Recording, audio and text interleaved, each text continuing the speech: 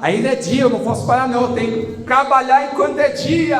Eu estou em uma grande obra, hein, meus irmãos? Nós não podemos embaraçar com as coisas desse mundo. Hebreus capítulo 2 nos fala sobre isso. Não devemos nos embaraçar com as coisas desse mundo, meus irmãos, mas nós temos que estar focados em Jesus, olhando em Jesus, autor e consumador da nossa fé. Não desvie um pouco, não tire as mãos das ferramentas, não pare de trabalhar, não pare de usar o teu dom, porque Deus, Ele conta contigo nessa hora.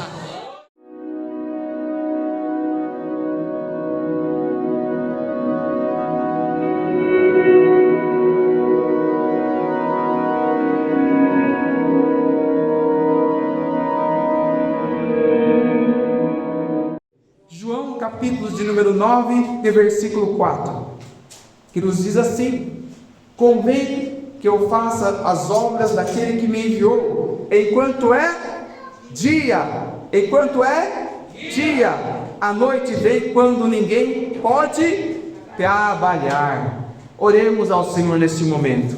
Soberano Deus, maravilhoso, eterno amado Pai, eis aqui a tua mensagem lida, meu Deus. Venha, Senhor Jesus, falar aos nossos corações através da tua palavra, Pai. A tua palavra que é santa, a tua palavra que é poderosa, Pai. A tua palavra que aonde ela é lançada, ela ali, Senhor amado, ela tem um efeito tremendo, Senhor. Eu peço, fala mesmo aos nossos corações, é o que eu peço a Ti e Te agradeço, em nome de Jesus. Amém. Amém, meus irmãos, podem se assentar, fiquem à vontade, e as palmas são para Jesus. Oh, aleluia! Glória a Deus. Meus queridos irmãos, eu falando com o Senhor, pedindo de uma mensagem, e quando eu vinha para cá, meus irmãos, aqui na pista, aqui perto, a pista de Itatica Jundiaí, eu via o céu quando está quase vindo ao anoitecer, que você já nem vê o sol, você vê, ainda está um pouco claro, mas aquele claro bem fraco, vindo ao anoitecer, e o Senhor trazia ao meu coração sobre a necessidade de trabalharmos enquanto é dia. Aleluia! E o Senhor trazia esse tema para esta mensagem desta noite: trabalhe enquanto é dia. Aleluia! No nosso cotidiano é comum hoje em dia a gente trabalhar até a noite, e até de madrugada, tem gente que trabalha de madrugada. Mas imagine na época de Jesus, que não tinha a energia da CPFL, não sei qual é a companhia aqui de Jundiaí, se é CPFL também, né? Não tinha, né, meus irmãos, os postes iluminados como nós temos, a energia elétrica como nós temos. E na época de Jesus, se ficava à noite, a pessoa que é teimosa, eu vou trabalhar assim mesmo à noite, pegava o lampião. Imagina que fosse ali carpir um pasto, algum lugar, fosse cortar o capim, ia só lá com o lampião, que iluminava, mas não tanto. Como a pessoa ia conseguir trabalhar à noite? Não ia conseguir. Então a gente começa a fazer um paralelo. Hoje em dia dá para trabalhar à noite, o povo trabalha à noite. Muitos trabalham à noite, porque tem energia. E com a energia, tem a luz acesa ali, a máquina funcionando, vai a madrugada toda trabalhando. Mas, na época de Jesus, dificilmente alguém ia trabalhar à noite. E nós vemos Jesus aqui ele trazendo que convém que faça-se a obra daquele que tinha enviado ele, ou seja, as obras do Pai, enquanto é dia, porque quando a noite vem já não tem mais como trabalhar. Só que Jesus ele não estava dizendo: olha, nós precisamos trabalhar agora de dia, meio-dia, vamos trabalhar agora, porque na hora que chegar a noite, acabou, não tem mais como trabalhar. Jesus ele estava indo além, meus irmãos. Ele estava falando de oportunidades. Aleluia! Enquanto nós temos vida, o fôlego de vida está em nós, há oportunidade para nós trabalharmos para Jesus. Há oportunidade para nós fazermos a diferença nesta terra. Porque quando a noite vem, quando a morte chega para nós, então já não há mais como trabalhar. E há um outro ponto: quando o Filho do Homem vier, quando Jesus Cristo vier, aí já não haverá mais como trabalharmos, e nem vamos querer trabalhar, vamos querer subir para a glória. Mas o momento de ganharmos alma para Cristo, o momento de trabalharmos para o Senhor é hoje. E o que nós temos feito com os dons que temos recebido da parte do Senhor? Jesus, ele conta uma parábola de um homem de homens que tinham recebido talentos do seu Senhor. Um recebeu 5 talentos, o outro recebeu 2, o outro recebeu 1. Aquele que recebeu 5, ele foi sábio. Com aqueles 5 talentos, ele ganhou e conseguiu mais 5, ficou com 10. O que tinha 2, ele fez a mesma coisa, ele trabalhou enquanto era dia, se esforçou enquanto era dia, e ele conseguiu ganhar mais talentos. Agora aquele que tinha 1, ele falou: o meu Senhor é rigoroso, o meu Senhor, ele é muito rigoroso. Sabe o que eu vou fazer? Eu vou enterrar o meu talento. E o talento, para você entender, significava uma quantidade monetária de dinheiro, tinha um valor em dinheiro.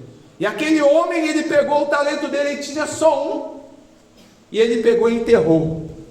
Quando o Senhor volta de viagem, ele chama os seus servos: e aí, servo, o que você fez com 5 talentos? Senhor, com 5 talentos eu consegui mais 5. Bom servo esse é. Muito bom, servo. Muito bom. E você? Ah, Senhor, com os 2 talentos eu consegui mais também. Bom servo, fizeste bem. Agora ele chega para o que tinha 1 talento. Ah, Senhor, eu sei que tu é rigoroso, que tu colhe onde tu não plantou. Eu fiquei com medo, eu enterrei. Toma aqui, ó, tá bonitinho, tá limpinho, limpei tudo aqui, o talento tá bonitinho.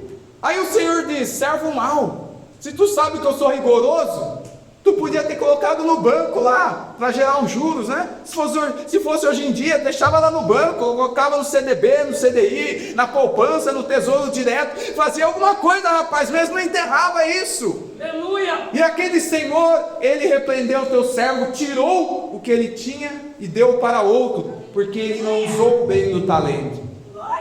Agora, indo para a questão espiritual, trazendo o talento como os dons que recebemos de Deus. Enquanto é dia, meu irmão, minha irmã, trabalhe com o que o Senhor te entregou. Ah, mas eu recebi só um talento, o que eu vou fazer com o talento? E uso que o Senhor te deu. O Senhor, lá no grande dia, o Senhor não vai falar: ah, esse aqui vai ser mais exaltado aqui por mim, porque eu dei mais talento para ele. Não, meus irmãos, não é pela quantidade de talento, mas é o que nós fizemos com o talento, o que nós fizemos com as ferramentas que Deus entregou em nossas mãos. Trabalhai enquanto é dia, porque a noite ela chegará. E eu vejo alguns homens, pode-se dizer 5 homens, que trabalharam enquanto é dia. Um homem, Noé, diga comigo, Noé. Noé trabalhou enquanto é dia, mesmo sem ver resultados imediatos. Temos fé, meus irmãos, para continuar trabalhando mesmo sem ver os resultados? Você orando, jejuando, e parece que não está vendo nada acontecer. Você evangelizando, você pregando a palavra de Deus, e parece que a situação está piorando. Como meu pai orava por mim, quando eu tinha uma banda de rock, de punk rock. Meu pai orava por mim, enquanto eu estava lá num quarto da casa com a banda, batendo bateria, guitarra, aquele barulho, aquele estrondo na casa. E o meu pai orava mais, mas parece que o resultado não acontecia. Quanto mais ele orava, mais piorava a situação. Era mais a bateria que batia, era mais ali que a situação piorava. Mas nós temos que ter essa fé para continuar trabalhando, mesmo quando nós não vemos resultados imediatos. Porque o resultado vem, só que às vezes não é na hora. Às vezes não é no momento. Você orou aqui, orou meio-dia e 2, já tem o resultado. Às vezes acontecem uns mistérios assim, mas nem sempre é na hora. Noé, enquanto o momento que Deus, um período a qual Deus olhou para a face da terra, parecia que não havia mais ninguém justo. Mas daí daqui a pouco Deus olha bem, opa, tem um justo ali, Noé. Noé, eu tenho uma missão para ti, rapaz. Eu, Senhor, uma missão para ti. você vai construir uma arca para mim, porque eu vou mandar um grande dilúvio sobre a face dessa terra, a qual vai destruir tudo, animais, vai destruir a humanidade. E você vai construir esta arca, e todos que entrarem nessa arca serão salvos. Noé começa a construir a arca. 1 ano, 2 anos. As pessoas que passavam por Noé zombavam de Noé. A Bíblia nos mostra Noé como um pregador, meus irmãos, um grande pregador, porque ele pregava para todos que passavam, mas ninguém ouvia a sua pregação, o seu sermão. Achavam até que Noé era louco, porque ele estava construindo a arca. Para entender a arca como se fosse um grande navio, um navio muito grande, a arca. E Noé estava construindo essa arca num lugar em terra seca, e não havia mar perto de Noé. Então o que ele ia fazer com aquela arca? Como ele ia levar essa arca lá para o mar, se estava tão longe do mar, meus irmãos?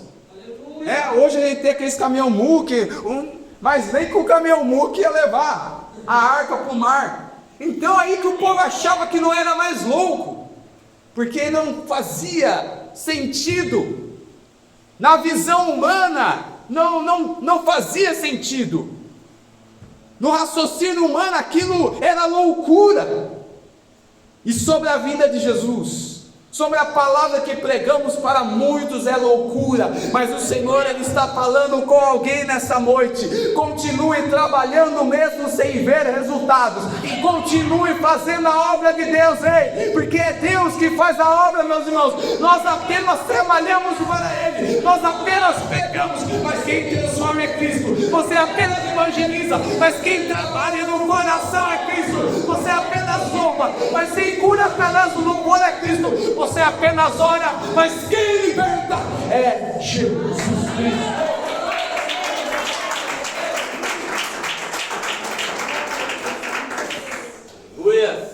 Ele trabalhou por muitos anos, e passa 50 anos, 60, 70, 100 anos, 110, meu Deus, 120 anos.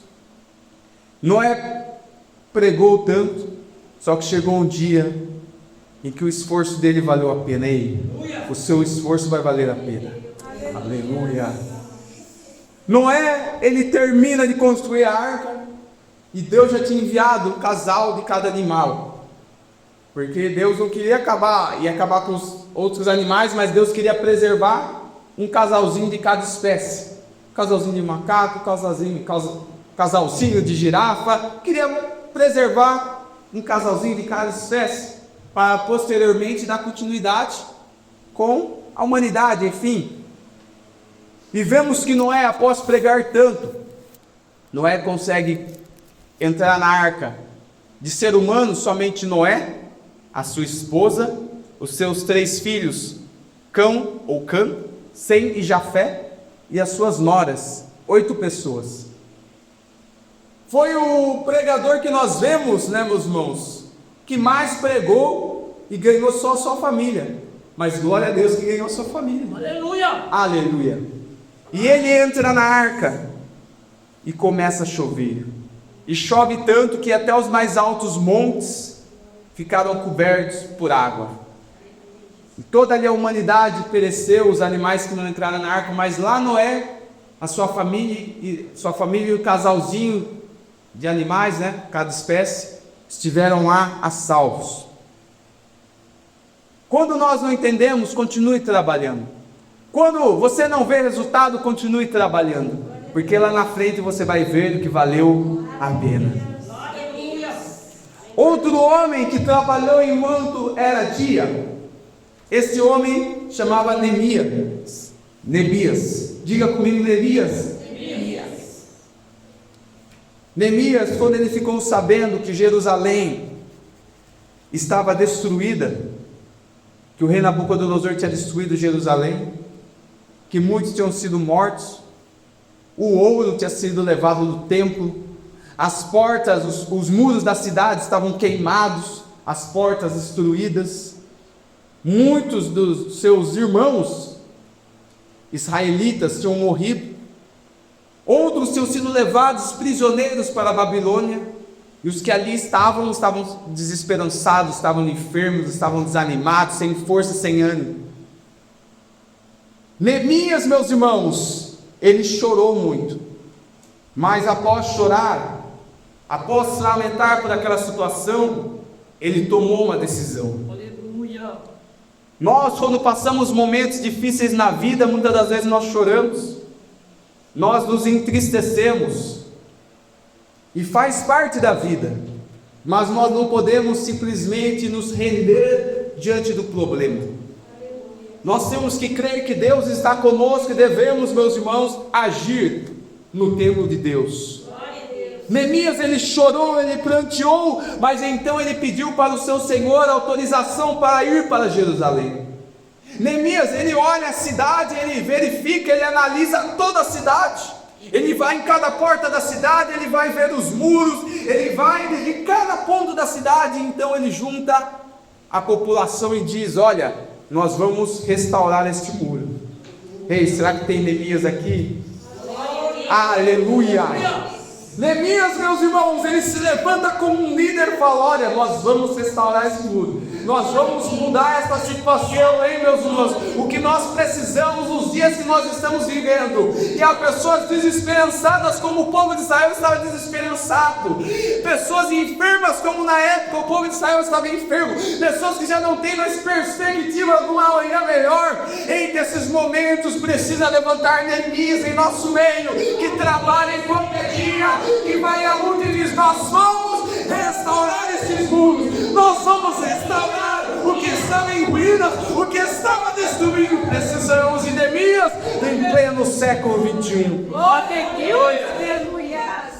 Nós vamos restaurar esse muro, pode ficar tranquilo. Tem crente, meus irmãos, que é pessimista. Tem crente que fala: já acabou, não dá mais não tem jeito.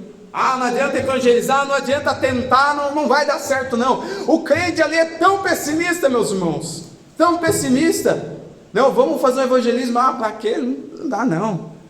Irmão, vamos fazer um culto diferente. Não, um culto da família. Não, deixa para lá. É aquele crente, meus irmãos, que ele se entregou, ele não tem aquela esperança, aquela fé que Deus pode operar. Vamos lá, meu irmão, fazer uma campanha de oração para Deus operar milagre e cura.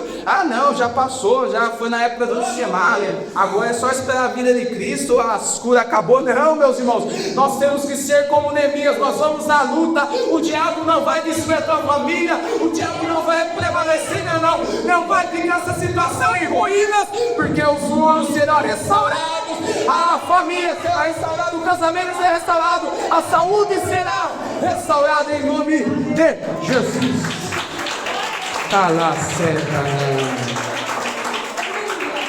E houve oposição. Ei, enquanto você está trabalhando, enquanto é dia, você está trabalhando, haverá oposição. Haverá aquele que não quer fazer e que tem raiva daquele que faz e que vai querer te parar. Sanbalat e Tobias ouvem falar que Neemias estava restaurando os muros, e vai falar com Neemias: Neemias, vem para cá, rapaz, vem aqui conosco, Neemias, vamos fazer um churrascão, Neemias, deixa eu salvar para lá. Não, eu não posso, eu estou em uma grande obra, e eu não posso não. Ainda é dia, eu não posso parar não, eu tenho que trabalhar enquanto é dia. Eu estou em uma grande obra, hein, meus irmãos? Nós não podemos embaraçar com as coisas desse mundo. Hebreus capítulo 2 nos fala sobre isso. Não devemos nos embaraçar com as coisas desse mundo, meus irmãos, mas nós temos que estar focados em Jesus, olhando em Jesus, autor e consumador da nossa fé. Não desvie do pouco, não tire as mãos das ferramentas, não pare de trabalhar, não pare de usar o teu dom, porque Deus, Ele conta contigo nessa obra.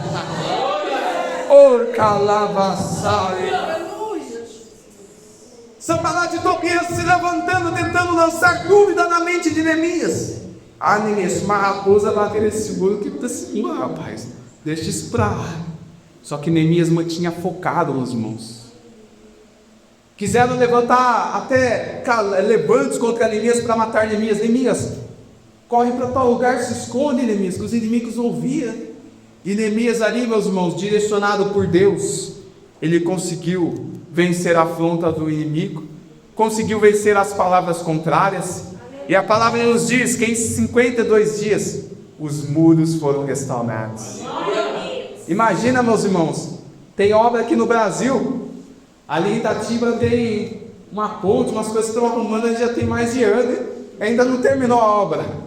Tem uma ponte que, meu Deus, antes eu ia tão rápido para a igreja, aí destruindo a ponte para fazer outra, eu tenho que dar uma volta ali para ir na igreja, e a ponte está lá, já passou ano e não termina. Está a cidade inteira precisando de reforma. Agora Neemias aqui em 52 dias restaurou todos os muros. Todo mundo restaurado. Trabalhe, meus irmãos, trabalhemos, que possamos manter o foco e deixar as distrações de lado. Outro homem, diga comigo, José. Este homem trabalhou enquanto era dia. Ele foi fiel em todas as fases da vida dele. E um dia o Senhor me deu uma mensagem sobre as fases de José, melhor dizendo, as fases de José. José passou por várias etapas da sua vida. Foi traído pelos seus irmãos, vendido como escravo, lá no mercado ali negro, pode-se dizer, no Egito. Foi comprado como escravo, foi parar na casa de Potifar. Lá na casa de Potifar foi caluniado, assediado pela esposa de Potifar. Pela calúnia ele foi lançado na prisão. Na prisão ele ficou esquecido. Só que em todos os momentos nós vemos José trabalhando. Enquanto ele serviu o pai dele falava: ó, José, vai ver os seus irmãos, que os seus irmãos devem estar aprontando, José. Pois não, papai, eu vou lá. Estava lá José trabalhando. Lá no Egito, quando estava na casa de Potifar, Potifar pediu alguma coisa, José estava trabalhando. Ô José, limpa aquele móvel para mim. Pois não, Senhor, eu vou limpar aqui. Ô José, varre ali o chão. Pois não, Senhor. José, você é diferente, rapaz. Você trabalha mesmo, tu não tem tempo ruim, José. Toma a chave da minha casa, a porta da cozinha, a porta da casinha do cachorro, a chave da porta da casinha do cachorro. Toma a chave da casa, tudo. Fica à vontade, José, que você é um rapaz que trabalha. Tu é um rapaz bom, José. Lá na prisão, José também trabalhava. Tanto que o carcereiro pegou e falou: José, você é um menino diferente. Você vai cuidar aqui do cárcere, José. Eu vou ter que tirar umas fériasinhas aí. E você cuida aqui de tudo.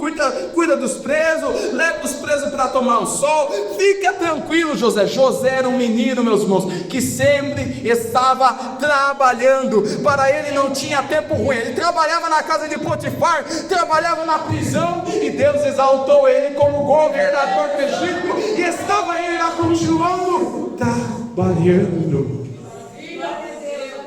trabalhando. Aproveite cada estação da sua vida, porque a nossa vida, eu gosto de dizer que ela tem o verão, aquele sol lindo, tem a primavera, aquelas flores maravilhosas, mas tem o outono, as flores começam a cair, e tem o inverno, né? As flores saíram ali, as folhas. Na vida do crente tem a primavera, o verão, o inverno, o outono. Mas nós podemos, meus irmãos, aproveitar todos os momentos. Todos os momentos. Se nós olharmos em todas as estações do ano, nós veremos a beleza de Deus. E na nossa vida espiritual, se nós olharmos todas as fases da nossa vida, nós veremos a mão de Deus agindo em nosso favor. José, meus irmãos, ele trabalhou enquanto era dia. Outro homem, diga comigo, Paulo. Paulo foi incansável na obra. Paulo, conhecido como Saulo, ele tinha esses dois nomes por conta da cidadania romana dele, né? Enfim, mas este homem, ele, por conta da lei, zeloso que ele era da lei, ele perseguia os cristãos, e perseguia até de permitir que matassem os cristãos. Só que um belo dia, no caminho de Damasco, ele estava indo para Damasco para matar mais cristãos, para permitir ali dar carta para que pessoas viessem executar os cristãos, viessem prender e executar. Só que no caminho de Damasco a história de Paulo mudou.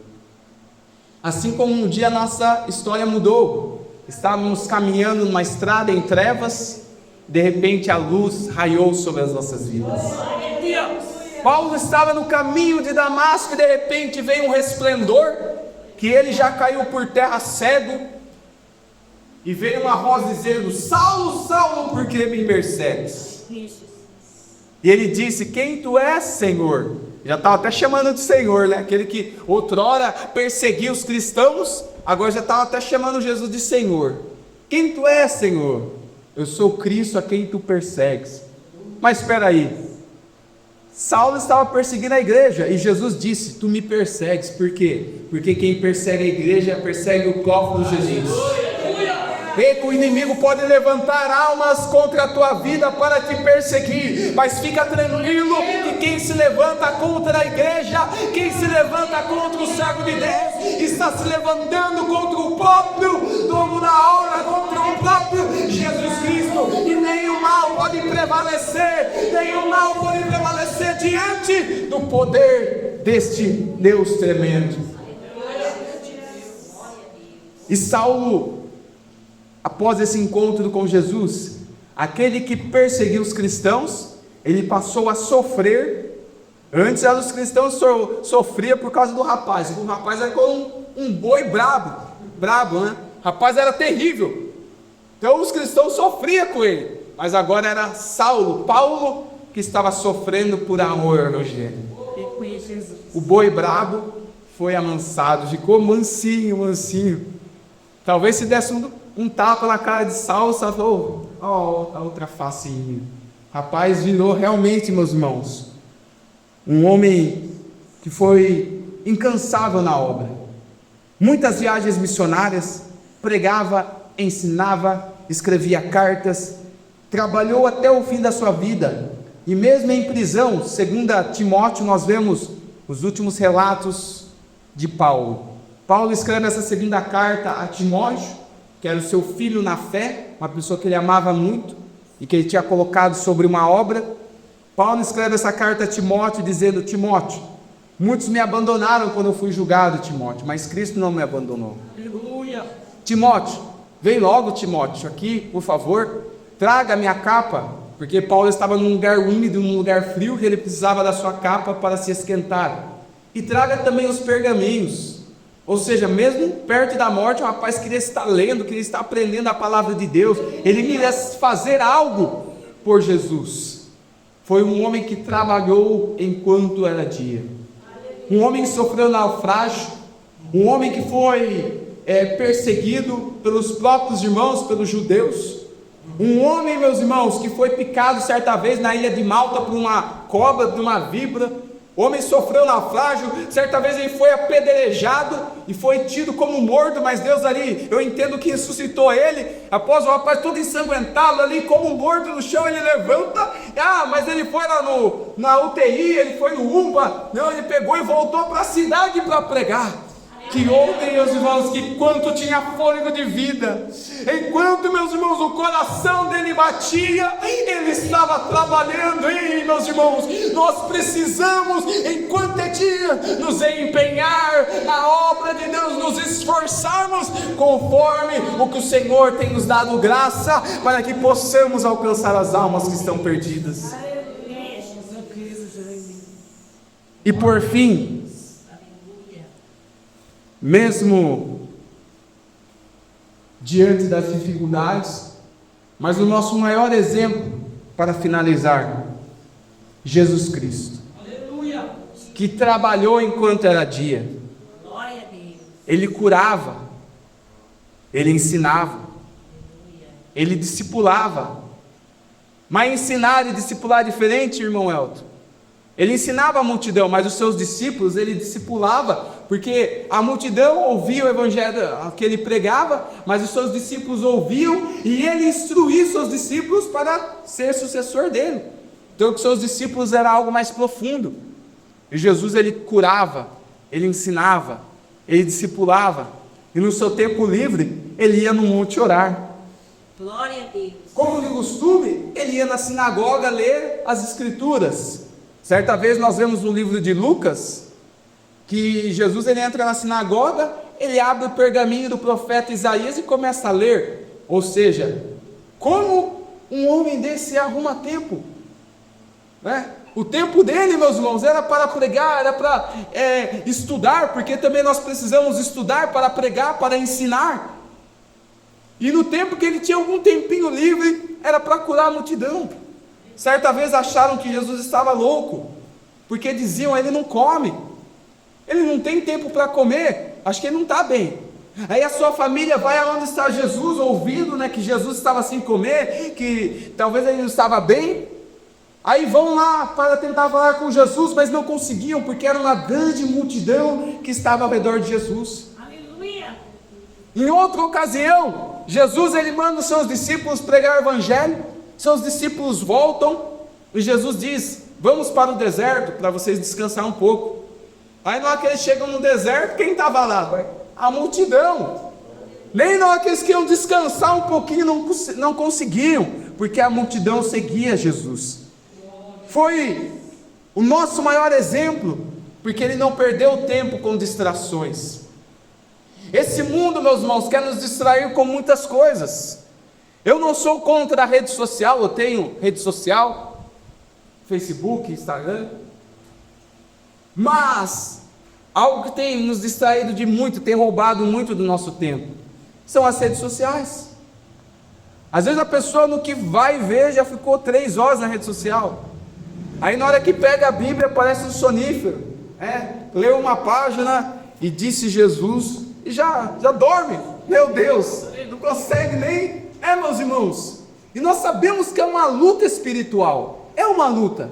Nós temos que reconhecer que é uma luta espiritual e temos que ali ter o equilíbrio. Não, agora eu vou um pouco na rede social e ver coisa que é boa, né? Porque também tem muita coisa que não é boa. Vou ver algo bom. Mas agora tem um momento com Deus, agora é o momento da palavra, agora é o momento de orar. E nós temos que ter esse equilíbrio, porque as distrações estão aí. E pensa que as distrações é por acaso. Não, as redes sociais, que é um exemplo, ela foi construída para prender mesmo as pessoas. Psicólogos, muitas pessoas estão envolvidas, e a culpa não é do psicólogo, não, mas muitas pessoas que trabalham nessas plataformas entendem o comportamento do homem, a mente do homem, e trabalham para prender o homem nisso, Tanto que nos Estados Unidos, o Facebook está sendo julgado ali nos Estados Unidos, porque isso está fazendo mal para os jovens, lá nos Estados Unidos, Então, meus irmãos, esse é só um exemplo de muitas coisas que querem tomar o nosso tempo. Jesus é o nosso maior exemplo, porque ele não perdeu tempo. Até na sua infância, ele foi com a sua mãe e seus irmãos, lá para Jerusalém, e na volta, Jesus, ele viu uns homens lá no templo, uns doutores, e Jesus falou: vou lá, era um menino ainda, eu vou lá no templo. E Jesus começa a falar com aqueles doutores, e começa a falar uma palavra, começa a falar do reino de Deus. Daqui a pouco aqueles doutores arregaram os olhos e falam: meu Deus, mas é um menino, que conhecimento é esse? Que entendimento é esse? Que sabedoria é essa? Porque uma coisa é a pessoa ter a inteligência, outra coisa é saber aplicar essa inteligência. Aplicar a inteligência é sabedoria, porque tem muitas pessoas que são sábias, são inteligentes, mas usam da sabedoria de forma errada. Houve um homem, Oppenheimer, que ele usou da sua inteligência e agiu com falta de sabedoria, construiu a bomba atômica. Ou seja, precisamos ter da inteligência e da sabedoria. E lá naquele tempo, aqueles homens, doutores da lei, se maravilhavam com Jesus, que ensinava com sabedoria, com entendimento. Ou seja, Jesus não queria perder tempo. Maria, no meio do caminho, porque eles iam em caravanas, com muita gente, no meio do caminho, Maria percebe que Jesus não estava ali. Olha um pouco aqui da caravana, opa, ele está faltando. Mesma coisa que se fosse vários ônibus para a série mundial, de lá que está voltando, deixa eu verificar no ônibus, no outro, opa, não está aqui o rapaz. Maria foi voltando o caminho e encontrou Jesus no templo. Falou: filho, por que tu fez isso conosco? Nós estávamos te procurando. Aí Jesus, sabe o que ele disse? Era um menino ainda. Que foi, mulher? Eu estou cuidando dos negócios do Pai. Aleluia. Estou cuidando das coisas do reino. Em outras palavras, eu estou trabalhando, porque ainda é dia.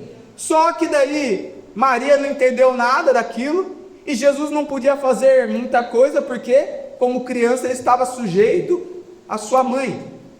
Então nós vemos que o ministério de Jesus mesmo desenrolou quando ele atingiu a fase adulta. E como, meus irmãos, Jesus operou milagres. Como ele não se embaraçou com as coisas dessa vida. Como ele buscou, meus irmãos, ser fiel à sua missão. E ele foi fiel até a morte, como diz em Filipenses capítulo 2. E morte esta de cruz. Mas nós vemos que valeu a pena ele trabalhar enquanto era dia. Porque a noite chegou para ele, a morte chegou para ele. Mas o véu do templo se rasgou, a terra estremeceu, muitos que estavam mortos ressuscitaram, milagres aconteceram, mas ali não havia mais alegria, não havia mais esperança, porque Jesus Cristo, o Messias, o enviado, havia morrido. Mas glória a Deus que no terceiro dia ele ressuscitou. O trabalho dele não foi em vão. Ele trabalhou enquanto era dia. Veio a noite, ele morreu, mas ao terceiro dia ele ressuscitou com todo o poder, com toda a autoridade. Foi consumado, foi cumprida a missão, e ele está no céu. E ele fala conosco: trabalhe enquanto é dia, pois vai valer a pena. Vai valer a pena. Vai valer a pena o teu esforço, porque o que te espera no céu é galardão. Aqui nesta terra você deixou 100 vezes mais, e lá no céu a vida eterna para ti, para ti que permanecer firme na presença de Deus.